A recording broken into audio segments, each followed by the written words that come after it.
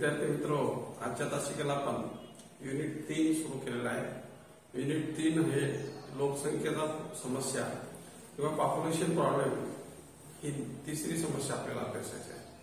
पहिल्या युनिटमध्ये आपण सामाजिक समस्या म्हणजे काय, सामाजिक समस्येच्या अध्ययनाचे दृष्टिकोन, त्याच्या संबंधीच्या अभिवृत्ती, स्वरूप, व्याप्ती असं आपण पाहिलं आहे। दुसऱ्या युनिटमध्ये आपण कौटुंबिक समस्या पाहिल्या आहे। कौटुंबिक समस्येमध्ये घटस्फोट, हुंडा आणि स्त्रियांविरुद्धचा हिंसाचार अशा 3 प्रश्न आपण पाहिले आहेत। तर या ठिकाणी आपलं युनिट 2 झालेलं आहे। तर आजच्या तासिकेला आपण युनिट 3 पाहणार आहोत। तर युनिट 3 मध्ये आपल्याला लोकसंख्येची समस्या अभ्यासताना दिसते। तर युनिट 3 मध्ये लोकसंख्येची समस्या आपण अभ्यासत आहोत। तर आशिया खंडातले जे देश आहेत सगळे, भारत, पाकिस्तान, बांगलादेश, जपान, या देशामध्ये लोकसंख्येची समस्या प्रकर्षाने जाणवताना दिसते।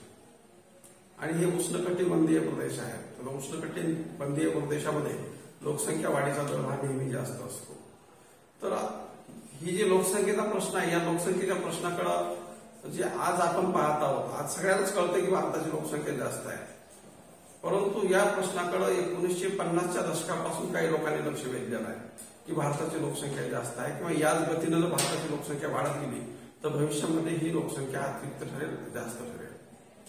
म्हणजे रॉबर्ट माल्थस नावाचा एक अर्थतज्ञ आहे, त्यानं सर्वप्रथम लोकसंख्येचा प्रश्न मांडला होता आणि त्यानं सांगितलं होतं की अन्नधान्य हे गणिती श्रेणीनं वाढतं आणि लोकसंख्या ही भूमिती श्रेणीनं वाढतं, त्याच्यामुळे लोकसंख्येची तफावत निर्माण होते। त्यानं प्रथम मांडलं। त्याच्यानंतर डॉक्टर आंबेडकरांनी स्वातंत्र्याच्या कालखंडामध्ये भारताची लोकसंख्या अतिरिक्त आहे आणि याच गतीनं भारताची लोकसंख्या जर वाढत गेली तर देशामध्ये अनेक समस्या निर्माण होतील, हे त्यांनी त्या काळात सांगितलं होतं। डॉक्टर आंबेडकर नंतर म्हणजे देशाचे पहिले पंतप्रधान जवाहरलाल नेहरू यांनी सुद्धा असं म्हटलं होतं की भारताला चीनच्या युद्धापासून कमी धोका आहे, परंतु भारतातल्या लोकसंख्या वाढीपासून जास्त धोका आहे। म्हणजे इतकी भीषणता लोकसंख्येची आहे हे देशाच्या पंतप्रधानांना सुद्धा त्या काळामध्ये कळालं होतं। आणि त्या काळामध्ये आंदोलन करणारे जे महात्मा गांधी आहे यांना सुद्धा लक्षात आलं होतं की भारताची लोकसंख्या याच गतीने वाढत राहिली तर देशाची खूप मोठी समस्या तयार होईल। म्हणजे स्वातंत्र्याच्या कालखंडामध्ये देशाची लोकसंख्या 40 कोटी होती आणि आज देशाची लोकसंख्या 1,36 कोटी आहे। म्हणजे मोदी पहिल्या टर्ममध्ये भाषण करताना 1,600 कोटीचा देश असं म्हणायचे, परंतु त्यांचं भाषण संपत येईपर्यंत 5 वर्षामध्ये 1,36 कोटी लोकसंख्या झाली आहे। म्हणजे तो माणसं इतकी आहे की विचारता सोय नाही।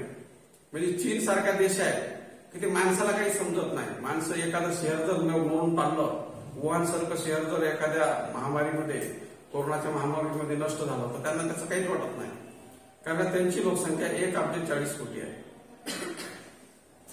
आणि मग आपली लोकसंख्या 1,36 कोटी आहे।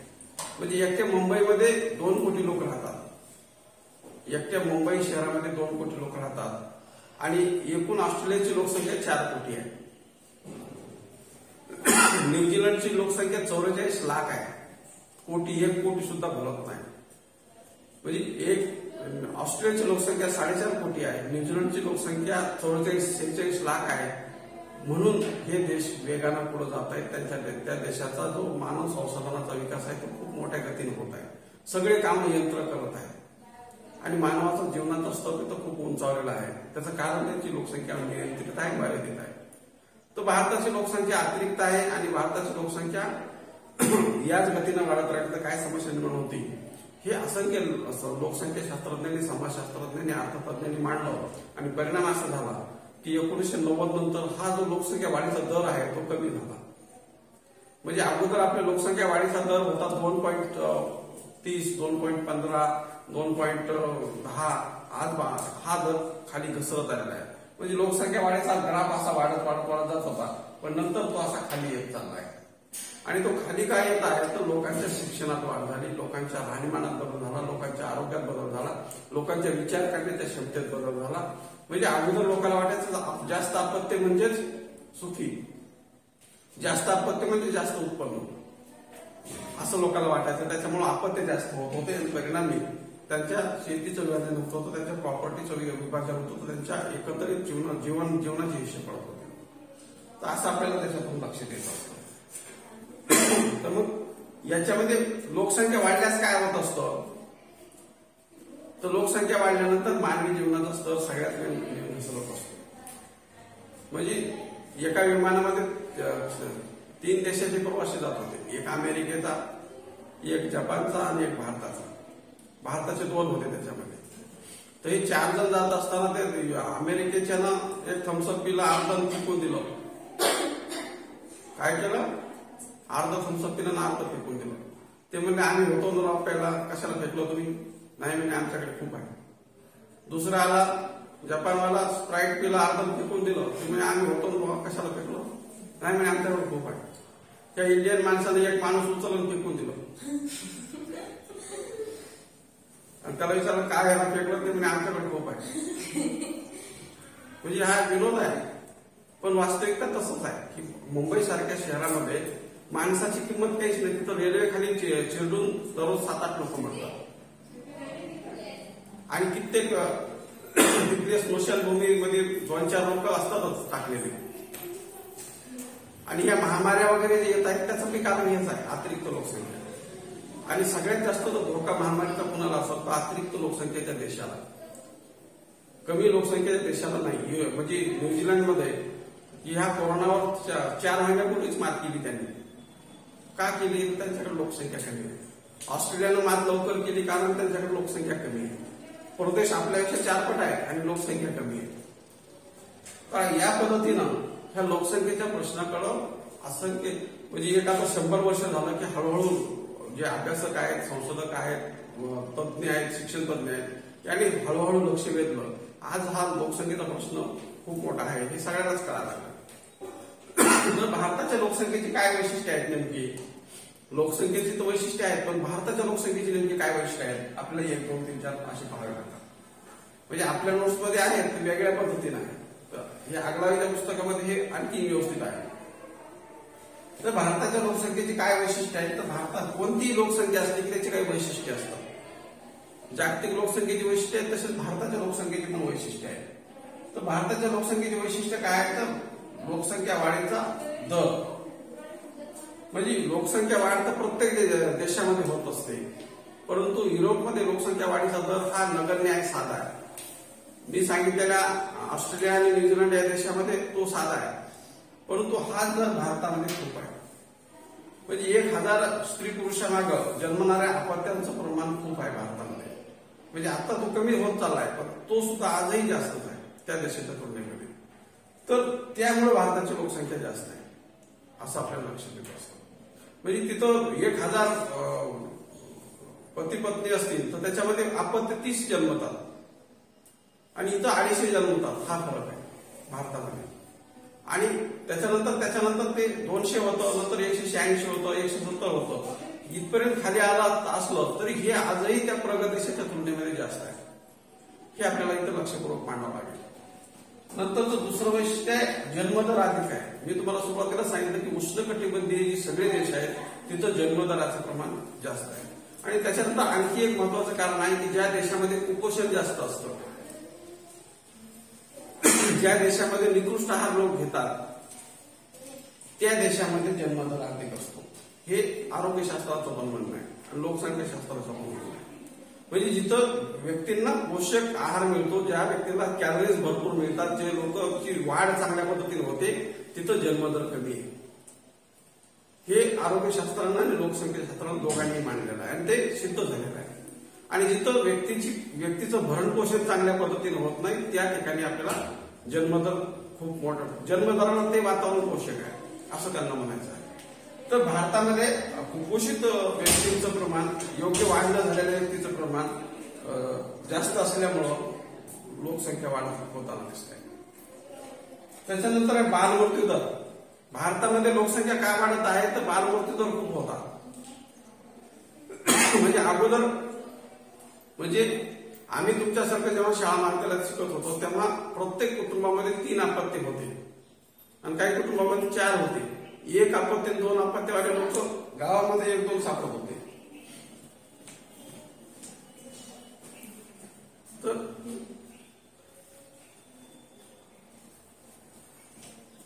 त्या ठिकाणी 1 अपत्यवाल्या लोकांची संख्या खूप कमी होती आणि 2 अपत्य 3 अपत्यवाल्यांचं प्रमाण खूप होतं.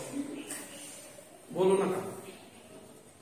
म्हणजे आजच्या काळामध्ये जसं 4 अपत्यवाला गावात 2-3 सापडतात, 5 अपत्यवाले, तसं त्या काळामध्ये 1 अपत्यवाले मोजके राहत होते, 2 अपत्यवाले मोजके लोक होते आणि बाकी सगळे 3 अपत्यवाले 4 अपत्यवाले लोक होते. काय होते तर वाढता भाग होते. म्हणजे जन्माला येणाऱ्या अपत्यापैकी ते टिकण्याची शक्यता कमी होती. वेगवेगळी जी साथी होत्या या साथीच्या आजारामध्ये हे लहान मुलं 1 ते 0 ते 5 वर्षामध्ये जी मृत्यू दर होता तो खूप होता. म्हणजे लोकसंख्येचं वर्गीकरण करताना 0 ते 6 वर्षे, 6 ते 14 वर्षे, 14 ते 25 वर्षे, 25 ते 60 वर्षे असे त्याचे 4 गट आहेत. तर पहिल्या 6 वर्षामध्ये अपत्यांचं मृत्यूचं प्रमाण खूप होतं. त्याच्यामुळं लोक एकापेक्षा जास्त अपत्यांना जन्म देत होते. त्यांना असं वाटायचं हा जर वारला तर हा वारला तर हा वारला तर हा, कधी कधी मग 3ही जगायचे आणि मग त्याच्यामुळं या कारणाने लोकसंख्या वाढली. म्हणजे 3 पैकी 1 किंवा 2 मरत होते म्हणून ते अनेक अपत्यांना जन्म देत होते. आणि मग काय झालं की नंतरच्या काळामध्ये प्लेगची साथीवर विजय मिळवला, त्याच्यानंतर इन्फ्लुएन्झावर विजय मिळवला, त्याच्यानंतर गोवर, देवी ही जी सगळ्या साथी आहेत याच्यावर औषधं निर्माण झाली आणि जन्माला येणाऱ्या अपत्याचं वाचण्याचं प्रमाण वाढलं. आणि मग लोकांना तोपर्यंत कळालंच नाही की आता प्रत्येक जन्माला आलेला अपत्य जपते. हे कळण्या अगोदर त्यांनी 3-3, 4-4 अपत्याला जन्म दिला आणि भारताची लोकसंख्या 1970 ते 2000 या कालखंडामध्ये खूप मोठ्या गतीने वाढली. त्यालाच लोकसंख्याशास्त्रज्ञ लोकसंख्या विस्फोट असं म्हणतात. म्हणजे जन्माला येणारे अपत्य जगत नव्हते म्हणून लोकसंख्या वाढली. नंतर आता हे आता जी आरोग्य सुविधा झाल्या हे आता त्याच्यामुळे लोकांना पण लक्षात आलं की आता 2 पेक्षा जास्त अपत्य नको, मुलगा असेल अगर नसेल. त्याच्यानंतर जन्मदरात वाढ, तर हे सारखंच आहे थोडक्यामध्ये. त्याच्यानंतर स्त्री पुरुष प्रमाण. भारताच्या लोकसंख्येचं वैशिष्ट्य असं आहे की स्त्री पुरुष प्रमाण विषम आहे. जन्माला येणारे जे अपत्य असतात त्याच्यामध्ये जे लोकसंख्या शास्त्रज्ञांनी किंवा समाजशास्त्रज्ञांनी जे विश्लेषण केलं ते विश्लेषण असं सांगतं की 1000 जन्माला आले अपत्य तर त्याच्यामध्ये 500च्या वर मुली असतात, 505, 508, 510 आणि 495 मुलं असतात, 490, 488 एवढे मुलं असतात. म्हणजे मुलीचं प्रमाण जन्माला येण्यामध्ये प्रमाण जास्त असतं. पण वास्तवामध्ये हे प्रमाण भारतामध्ये कमी आहे. म्हणजे 1000 मुलं जन्मले तर 940 मुली जन्मतात ही आकडेवारी सांगते. पण वास्तवात ती सुद्धा आकडेवारी खोटी आहे. सरकारनं ती बनवलेली आकडेवारी आहे. 1000 अपत्य जन्माला आले, पुरुष जन्माला आले, मुलं जन्माला आले तर भारतामध्ये 750 किंवा 800 मुली जन्माला येतात आणि जी 250 जी मुली जन्माला येत नाहीत ती भ्रूण हत्या केली जाते. मग ते कायदा हातात घेऊन केली जात असेल किंवा कायद्याकडे दुर्लक्ष करून केली जात असेल, त्याच्यामध्ये असंख्य पांढरपेशी आणि प्रतिष्ठित लोक सहभागी आहेत. आता त्याच्यामध्ये अनेक कडक कायदे निघाले तरी फारशी सुधारणा झाली नाही, पण काही प्रमाणात म्हणजे 927 जे होतं 934 झालं आणि 940 झालं. नंतर ही जी सुधारणा आहे ही सुधारणा फक्त कायद्यामधल्या ज्या खूप मोठ्या नवीन तरतुदी टाकल्या, परळीच्या सुधा मुंडे डॉक्टरला शिक्षा झाली, त्याच्यानंतर वेगवेगळ्या शहरामधल्या मोठे मोठे डॉक्टर उचलून नेले आणि त्यांना शिक्षा झाली, त्याचा परिणाम म्हणून आता आपल्याला मुलींच्या जन्मदरामध्ये थोडी थोडी वाढ होताना दिसत आहे. म्हणजे अशाच पद्धतीचे कठोर कायदे शास्त्राला करावे लागतील आणि निसर्ग नियम जो आहे त्याचा स्वीकार करावा लागेल. तर हे स्त्री पुरुष प्रमाण नेहमी आपल्या भारतामध्ये पुरुषाचं प्रमाण जास्त आहे आणि स्त्रियांचं प्रमाण कमी आहे. तुम्हाला सगळ्याच ठिकाणी दिसेल. ती मतदानाची यादी जर काढली तर किती मतदार आहेत, तसं मी सांगितलं 1,36 कोटी लोक आहेत, तर त्याच्यामध्ये 50-50% असायला पाहिजे, पण तिथं पुरुषाचं 2-4 लाख जास्त असतं. तर त्याचं कारण हेच आहे की ह्याचं पुरुषाचं प्रमाण जास्त आहे, स्त्रियांचं प्रमाण कमी आहे. साक्षरतेमध्ये तसंच आहे, गुणोत्तर प्रमाणामध्ये तसंच आहे, शिक्षणामध्ये तसंच आहे, आरोग्यामध्ये तसंच आहे. सगळीकडे भेदभाव आपल्याला दिसून येत असतो. तरी भारताच्या बाबतीतच आहे, प्रगत देशामध्ये असं नाही. म्हणजे न्यूझीलंडमध्ये असं पाल, अमेरिकेमध्ये पाल, जपानमध्ये पाल, ऑस्ट्रेलियामध्ये पाल, तिथं नाही. भारतामध्ये सुद्धा केरळ राज्यात नाही. भारतामध्येच केरळ हा भारताचाच भाग आहे, पण तिथं सुद्धा हे लिंग गुणोत्तर प्रमाण 1022 आहे. म्हणजे 1000 पुरुष मुलामागं मुलीचं प्रमाण 1022 आहे, कारण का ते राज्य प्रगत आहे, शिक्षित आहे. त्याच्यानंतर आहे आयुर्रचना. मी तुम्हाला सुरुवातीला सांगितलं की लोकसंख्येची रचना 4 टप्प्यामध्ये केली जाते. 0 ते 6, 6 ते 14, 14 ते 59 आणि 59 ते मृत्यूपर्यंत. तर भारतातल्या लोकांचं जे आयुर्मान आहे हे आयुर्मान आपल्याला सुरुवातीपासून लक्षात घेणं गरजेचं आहे की 1911 ते 21 या कालखंडामध्ये लोकसंख्या मायनस झाली होती. 1911 ते 21 प्लेगची साथ आली होती, म्हणजे गावाच्या गावावर ओस पडलेली लोकसंख्या नष्ट झाली. आणि 21 नंतर पहिल्यांदाच लोकसंख्या मायनस केली, नंतर लोकसंख्या सतत प्लस होत गेली. आणि त्याच्यानंतर आता परत अशी एक साथ आलेली आहे की याच्यामध्ये लोकसंख्या कधीही मायनस मध्ये जाऊ शकते, म्हणजे अतिरिक्त लोकसंख्येचा देश असल्यामुळे. म्हणजे कोणती साथ येईल त्याच्यामध्ये, म्हणजे हे जी स्वाईन फ्लू आहे, बर्ड फ्लू आहे, हा जो कोरोना आहे, त्याच्यानंतर आणखीन एखादाही सार्स येईल, हे जे सगळे प्रकार आहेत हे सगळे प्रकार अतिरिक्त लोकसंख्येच्या देशामध्ये घातक आहेत. म्हणजे कोणती लागण कधी होईल आणि एका पटापट माणसं मरतील हे कधी सांगता येत नाही, भरोसा देता येत नाही. का तर लोकसंख्या अतिरिक्त काय लोकांचं प्रमाण या ठिकाणी या भूप्रदेशाच्या तुलनेमध्ये जास्त आहे. जगाच्या एकूण भूप्रदेशाच्या 2.16% भाग आपल्याला मिळाला आहे, त्याच्यावर एकूण 16% लोकसंख्या राहिली.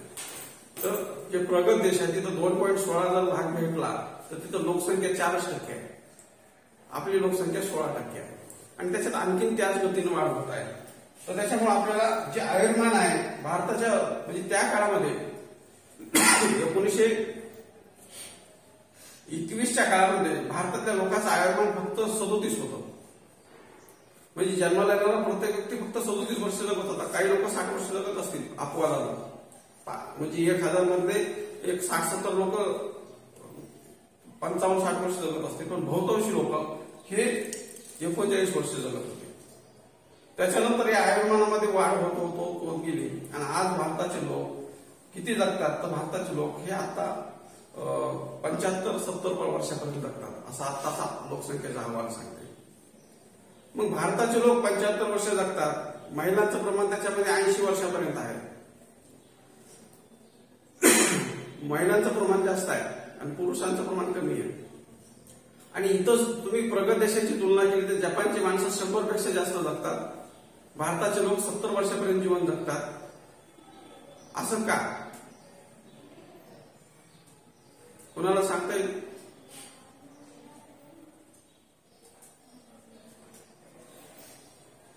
पटकन सांगा.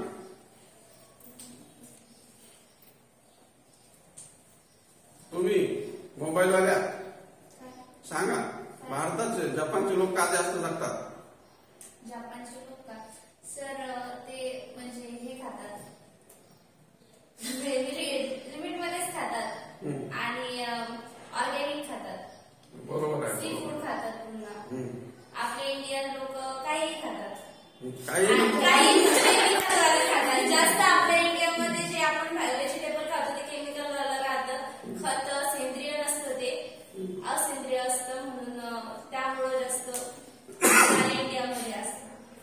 आणि म्हणजे धान पण जास्त राहते इंडियामध्ये, आणि जे शेतांना जे पाणी पुरवतं ना तेही केमिकल वालंच राहतं. तुमचं काही मुद्दा बरोबर आहे, ते ऑर्गॅनिक खातात आणि ते सी फूड जास्त खातात, ते बरोबर आहे. तर याचा अर्थ असा नाही की जपानमध्ये लोकसंख्या अतिरिक्त नाही, जपानमध्ये सुद्धा लोकसंख्या भारतासारखीच जास्त आहे. तरी सुद्धा जपानचे लोक 100 पेक्षा जास्त जगतात आणि भारताचे लोक 70 जगतात. त्याचं जे दुसरं कारण आहे की आणखीनही सुशिक्षित माणसाला सुद्धा कळालं नाही की पोषक आहार म्हणजे नेमकं काय आणि जेवणात काय काय असायला पाहिजे हे माणसाला आणखी नाही माहित नाही. म्हणजे फळाचं प्रमाण आहारामध्ये जास्त पाहिजे, पालेभाज्याचं प्रमाण आहारामध्ये जास्त पाहिजे, पोळी भाजी हे सतत नको, त्याच्यामध्ये अनेक कडधान्य पाहिजे, दूध पाहिजे. ह्या सगळ्या गोष्टी ज्या आहेत हे आपल्याला नीट कळालं नाही. त्याच्यामुळे काय झालं की पोट भरणे म्हणजे जेवण करणे असं आपण समजायला लागलो की पोट भरलं पाहिजे, 4 पोळ्या खाल्ल्या पाहिजे, 2 भात खाल्ला पाहिजे, पुन्हा आणखीन काहीतरी खाल्लं पाहिजे. एवढं भरलं आणि ढेकर दिले की आपल्याला वाटलं भरलं. पण भारताचे लोक ह्या अति खाण्यामुळेच मरत आहेत. म्हणजे अतिरिक्त चरबीचा प्रॉब्लेम तयार होत आहे आणि त्याच्यातून शुगरचा प्रॉब्लेम, हार्ट अटॅकचा प्रॉब्लेम, असे 3-4 प्रॉब्लेम वाढत आहे. आणि त्या लोकांचं जे जीवन आहे ते सलादचं प्रमाण जास्त आहे त्यांच्या आहारामध्ये, कमी शिजवलेल्या अन्न घटकाचं प्रमाण जास्त आहे आणि थोडं 3-4दा खाण्याचं प्रमाण त्यांचं जास्त आहे. इथं मांडी घालून 2दा फुल जेवायचं, त्याच्यामुळे कॅलरीज वाढत आहे. म्हणजे एका जेवणातून 8,000 कॅलरीज माणसाला मिळत आहेत. ज्याला 2500 कॅलरीज पाहिजे, 4000च्या कवलं तर नकोच, पण इथं 8,000 कॅलरीज माणसाच्याकडे स्टोरेज होत आहे आणि त्याचा परिणाम म्हणून भारताच्या लोकांचं आरोग्य कमी होत आहे. म्हणजे काही लोक कुपोषणानं मरत आहेत आणि काही लोक अतिरिक्त सेवनानं मरत आहेत. तर त्याच्यामुळं भारताचं जे आयुर्मान आहे हे भारताचं आयुर्मान हे जर लोकांना आणखीन कळत गेलं, ऑर्गॅनिक घेतलं पाहिजे, केमिकल पेस्टिसाइड टाळलं पाहिजे, त्याच्यानंतर 2-4ला थोडं थोडं जेवण पाहिजे, त्याच्यानंतर सतत आता त्या सालाचं प्रमाण वाढवलं पाहिजे. हे जसं जसं कळत जाईल हे परत 70चं 75, 75चं 80, 80चं 85 असं होऊ शकतं. म्हणजे प्रतिकार क्षमता जी आहे ती इथल्या लोकांची खूप चांगली आहे. कोरोनावर जी भारतानं जी मात केली त्याचं कारण इथल्या लोकांची प्रतिकार क्षमता आहे. युरोपच्या लोकांची प्रतिकार क्षमता डाऊन आहे. तर ह्या प्रतिकार क्षमता चांगली आहे आणि त्याच्यामध्ये दिनचर्येमध्ये, आहारामध्ये आणि व्यायामामध्ये, सूक्ष्म व्यायामामध्ये याच्यामध्ये थोडा बहुत जर बदल झाला तर भारताचे लोक सुद्धा नक्कीच 100 वर्षापर्यंत जगू शकतात. पण त्या जसं ह्या सगळ्या वैशिष्ट्यामध्ये बदल होण्यासाठी एक 30-40 वर्षाचा कालखंड गेला, तसं हे सुद्धा सगळ्यांना कळण्यासाठी आणखी 30-40 वर्षाचा कालखंड जाईल असं या ठिकाणी लक्षात येत आहे. पुन्हा लोकसंख्येची घनता, लोकसंख्येच्या वैशिष्ट्यामध्ये लोकसंख्येची घनता हा मुद्दा सर्वात महत्वाचा आहे. म्हणजे प्रगत देशामध्ये लोकसंख्येची घनता चीनची लोकसंख्या जरी 140 कोटी असेल तरी तिथली लोकसंख्या आपल्यापेक्षा कमी आहे, घनता आपल्यापेक्षा कमी आहे. का तर तिथं भूप्रदेश आपल्या 4 पट आहे. भूप्रदेश जास्त आहे त्याच्यामुळे लोकसंख्या जास्त असली तरी तिथं ऍडजस्टमेंट होत आहे. पण इथं लोकसंख्येची घनता खूप आहे. म्हणजे महाराष्ट्राची लोकसंख्या 300-350 आहे. दिल्ली सारख्या शहराची लोकसंख्या 996 वगैरे अशी आहे. म्हणजे लोकसंख्येची घनता म्हणजे दुसरं तिसरं काही नसून दर चौरस किलोमीटरला किती लोक राहतात.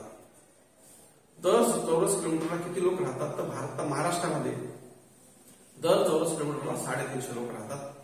त्याच्यानंतर दिल्लीमध्ये दर चौरस किलोमीटरला 996 लोक राहतात. आणि हेच प्रमाण तुम्ही जर युरोपमधल्या देशाचं पाहता तर ते खूप कमी आहे. म्हणजे दर चौरस किलोमीटरला 47, 52, 68, 130 असं आहे. म्हणजे इथं लोकसंख्येची घनता अतिरिक्त आहे आणि लोकसंख्येच्या घनतेचा सुद्धा प्रश्न भारतामध्ये आहे असं आपल्याला लक्षात येत असतं.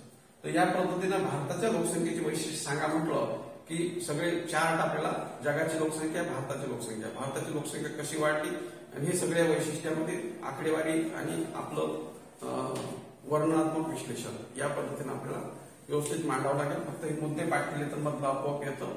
2-3दा वाचून लक्षात ठेवायचं, थोडंसं ठोकताना लक्षात ठेवायचं, लोकसंख्येच्या आकडेवाऱ्या थोड्याशा लक्षात ठेवायच्या. तर या पद्धतीनं आपल्याला हे लोकसंख्येचं विश्लेषण करता येईल. हा व्हिडिओ आवडला तर लाईक करा, शेअर करा. धन्यवाद.